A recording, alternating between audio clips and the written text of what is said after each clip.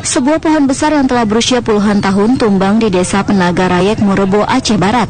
Tumbangnya pohon membuat antrian kendaraan di jalan lintas Molaboh ini mencapai 2 km. Pengguna jalan bersama warga dan TNI berusaha untuk memindahkan batang pohon.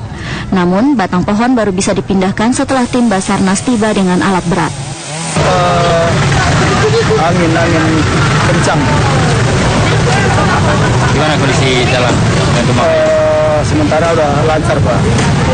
Tadi tempat macet, Pak? Macet lebih kurang 2 km. Sekitar lebih kurang 1 jam. Upaya yang kita lakukan tadi, Pak, apa, Pak?